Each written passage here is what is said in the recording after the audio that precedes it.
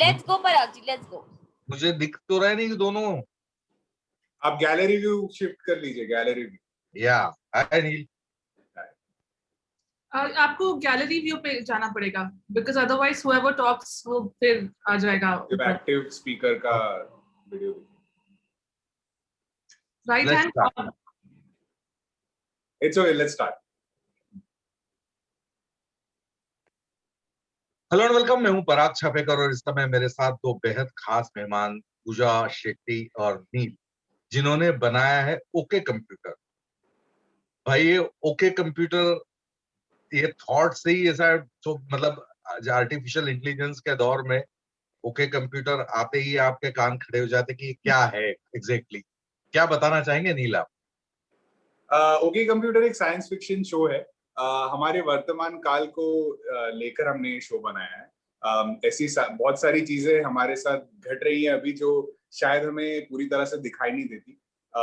हमारी ये इस शो को बनाने की ये मंशा थी कि वो हम आम लोगों के लिए इन अदृश्य चीजों को प्रतीत करें। हम दिखाए लोगों को कि आम जीवन में जो काफी सारी ऐसी चीजें हैं जो हमें दिखाई नहीं देती, वो लेकिन वो है, और उनको लेकर हमारे क्या संबंध है और हम आगे कैसे बढ़े उनके साथ। तो ओके कंप्यूटर उन सारी चीजों का लेखा जोखा करता है।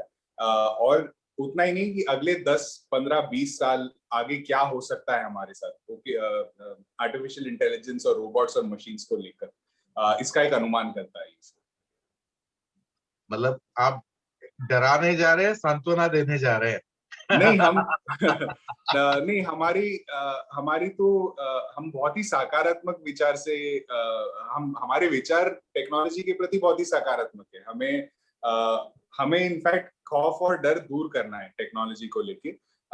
हमारे हिसाब से टेक्नोलॉजी जिस व्यक्ति के हाथ में होती है उस व्यक्ति की नैतिकता का रूप लेती है। टेक्नोलॉजी मॉरली एम्बिवेलेंट है।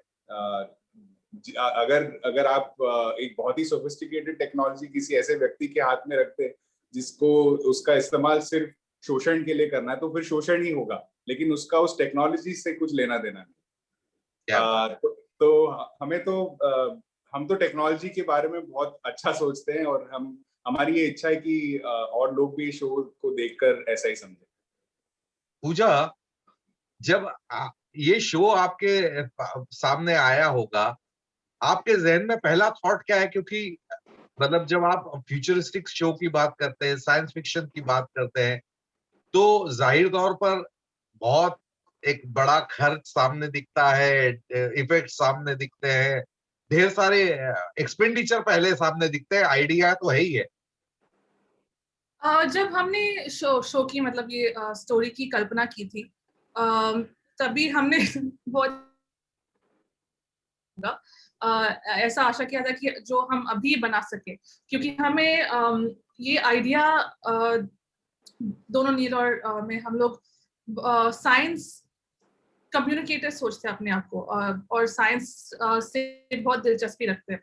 तो जब स्टोरी की कल्पना की थी तो हमें पता था कि साइंस रिलेटेड ही होगा वो, क्योंकि जो भी फ्यूचर की बात करेंगे, जब भी जो भी स्टोरी करना है, वो एक नई पर्सपेक्टिव दिखाती है या नए दृश्य दिखाती है। सो वो उसको जहन में रखी, we thought that we should do something like this, and the idea was also to use a lot of comedy simultaneously. तो ऑब्वियसली जब हमने सोचा कि साइंस फिक्शन कर रहे, तो रिसोर्सेज की बात हमेशा होती है, क्योंकि वीएफएक्स ज्यादा होता है। जब प्रोडक्शन क्वालिटी अगर साइंस फिक्शन की अच्छी नहीं होती है तो फिर वो बहुत बहुत पुअर क्वालिटी लगती है। जब ड्रामा बनाते हो तो एक घर में भी शूट कर सकते हो मूड लाइटिंग के साथ, पर साइंस फिक्शन में बहुत सारी रिसोर्सेज लगती है। लकीली हमें कोलैबोरेटर्स इतने सारे अच्छे मिले जो उनकी जो quick and like resourceful thinking जो होती है, वो उससे we can use the money better. So we had like collaborators like that, और बहुत सारी चीजें हमने शॉर्टकट्स भी ली है। फॉर एग्जाम्पल जो भी आप देखते हो वो सब एग्जिस्टिंग आर्किटेक्चर है। तो हम बीवी दोषी, गुरजीत माथुर, बहुत सारे आर्किटेक्ट से हम लोग मिले और उनसे पूछा कि आप लोग के पास इतने आलीशान बहुत ही सुंदर बिल्डिंग्स है, उसको इनकॉर्पोरेट कैसे कर सकती, जो साइंस फिक्शन जो इंडियन फ्यूचरिस्टिक साइंस फिक्शन जो हमें दिखाना है, इंडियन बिल्डिंग्स को लेके, मॉडर्न इंडियन बिल्डिंग्स को लेके कैसे बना सके।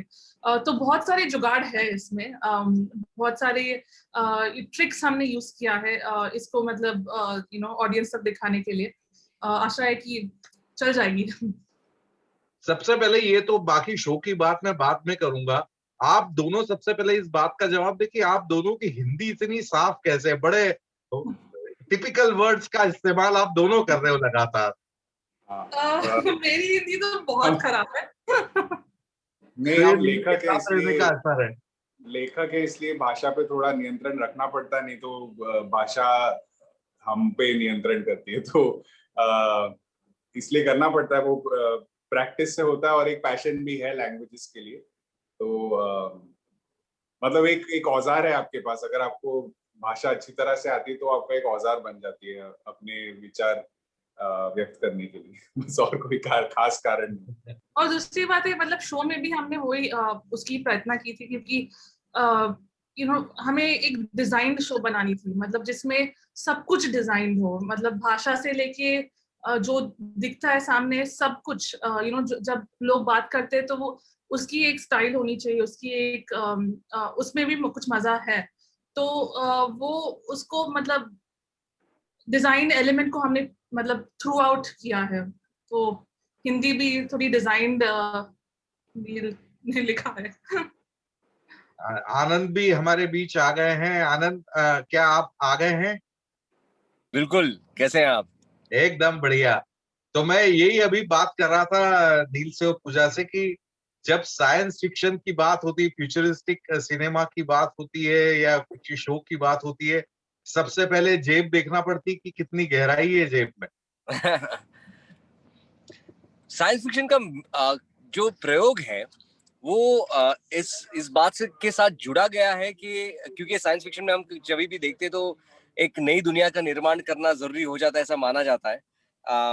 इसलिए उस बात को जोड़ा गया है बजट्स के साथ, जो जरूरी है। ऑफ कोर्स आप जब भी एक नई दुनिया बनाने जाते हो, नई दुनिया का निर्माण करने जाते हो, विजुलाइज करने जाते हो, तो वो विजुलाइज करने के लिए आपको बहुत सारी ऐसी चीजें बनानी पड़ेगी जो नहीं है उपस्थित। पर उसके साथ साथ साइंस फिक्शन का जो मेन मकसद है वो ये है कि हम भविष्य के बारे में कुछ प्रश्न पूछ सके। तो जहां तक भविष्य के बारे में प्रश्न पूछने की बात आती है तो उसका बजट के साथ इतना बड़ा संबंध नहीं है।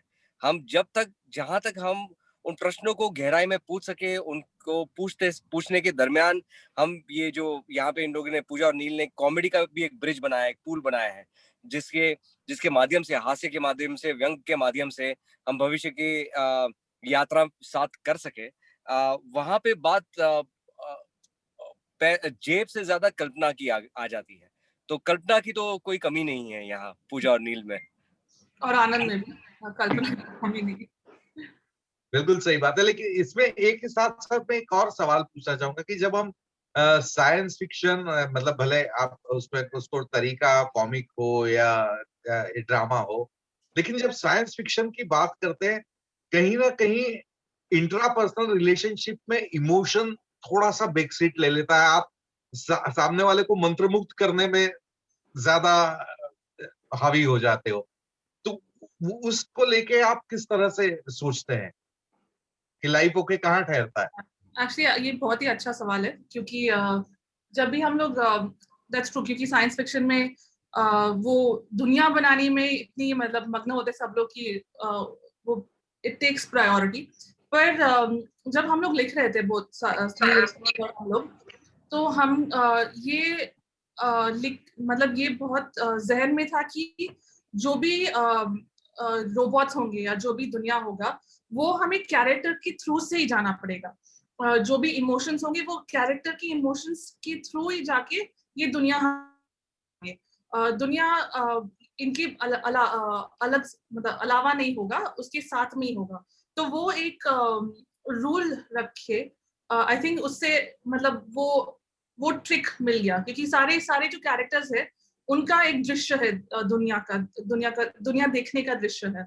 तो उससे एक आर्ग्यूमेंट शुरू होती है, उससे उसका एक आइडिया हो जाता है। तो इमोशंस हमने सरफेस पे मतलब सबसे ऊपर रखा है, गाइस। क्या बात, बहुत बढ़िया। नील, जब हम इस तरह का शो या फ्यूचरिस्टिक राइटिंग करते हैं तो सबसे पहले क्या चीज जहन में आती, क्योंकि आपके पास रेफरेंस पॉइंट, जिस आप क्योंकि नई चीज कर रहे हैं, रेफरेंस पॉइंट नहीं है, तो जी। क्या मुश्किलात एज ए राइटर पेश आती है?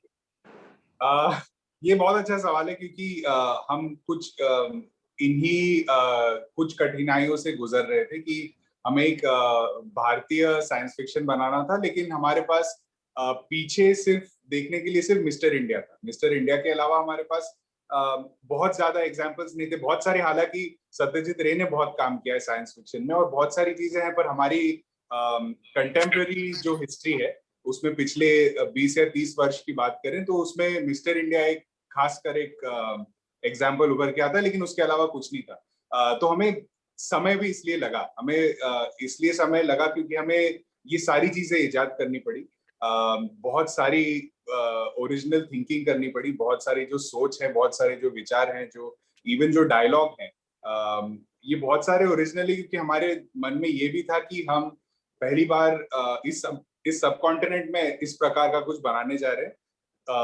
वेस्ट में ये बहुत बार हो चुका है, साइंस फिक्शन बहुत बार हो चुका है, लेकिन वो वेस्ट के दृष्टि से बना है हमेशा। और वेस्ट की दृष्टि से बनाने को जाओ तो उनको तो ये भी लगता है कि लोग जब कोई पीड़ा आन पड़ती है तो लोग ताजमहल के सामने जाके खड़े हो जाते प्रार्थना करने के लिए भगवान से। तो ये सारे जो ट्रोप्स हैं, ये सारे जो बहुत पुराने रिग्रेसिव आइडियाज हैं, इनसे भी हम जूझ रहे थे, क्योंकि हमें पता था कि लोग जब साइंस फिक्शन के बारे में सोचते हैं तो उन्हें ये सारी चीजें याद आती कि इंडिपेंडेंस डे में जब एलियंस आ रहे थे टेक ओवर करने के लिए, तो भारत में लोग ताजमहल के सामने खड़े थे। तो साइंस फिक्शन की जब हम बातें करते हैं तो लोगों के मन में ये आता है कि या तो एलियंस आ रहे हैं या तो न्यूयॉर्क में कुछ भयानक होने वाला है, इसमें भारत का क्या लेना था। तो हमारी सोच पहले भारत से शुरू हुई। हमने हमारी जो वास्तविक सच है उसको देखा पहले कि हमारे आसपास क्या घटित हो रहा है। हम तीनों आर्टिफिशियल इंटेलिजेंस और टेक्नोलॉजी के एवोल्यूशन में खासकर जो कहानियां बाहर आ रही हैं उनमें हम तीनों की बहुत दिलचस्पी है। हमारा काम ये था कि हम ये समझने की कोशिश करें कि जो आज घटित हो रहा है, मान लीजिए सेल्फ ड्राइविंग कार्स के साथ या फेसबुक के साथ या ट्विटर के साथ, ये 30 साल बाद जाके कैसे दिखेगा या 100 साल बाद जाके क्या होगा हमारे साथ। तो हमारी सोच वहीं से शुरू हुई कि हमारा ये काम है, हमारा इस शो द्वारा या और भी जो हम लेखन करते हैं उस द्वारा हमारा यही उद्देश्य है कि हम ये समझने की कोशिश करें कि हम इस टेक्नोलॉजी के साथ हमारा संबंध कैसे विकसित होगा, क्या हमारे सामाजिक और पॉलिटिकल जो हमारे कोड्स हैं अभी, क्या वो उस टेक्नोलॉजी के साथ इवॉल्व हो पा रहे हैं, उसी गति से इवॉल्व हो पा रहे हैं या नहीं। और अगर वो नहीं हो पा रहे तो एक आर्टिस्ट का, एक साइंस फिक्शन आर्टिस्ट का, साइंस फिक्शन राइटर का एक काम ये है कि वो उन सामाजिक और पॉलिटिकल विचारों को उसी गति से एक पुश दे।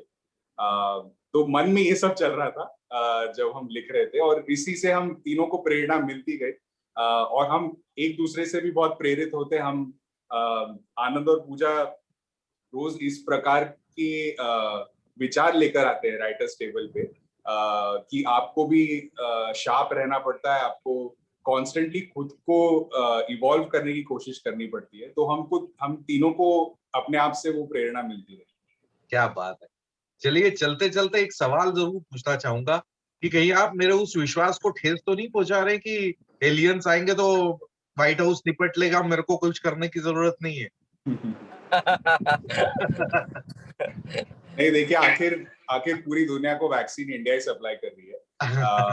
हमारा वही हमारा एक गोल यही था कि साइंस फिक्शन को, और जब ऐसे बड़े प्रमाण पे जब पीड़ा आती है, तो हम वेस्ट को नहीं, इंडियन सब कॉन्टिनेंट को देखें, हम एशिया को देखें, क्योंकि सोल्यूशन शायद वहीं से आएंगे।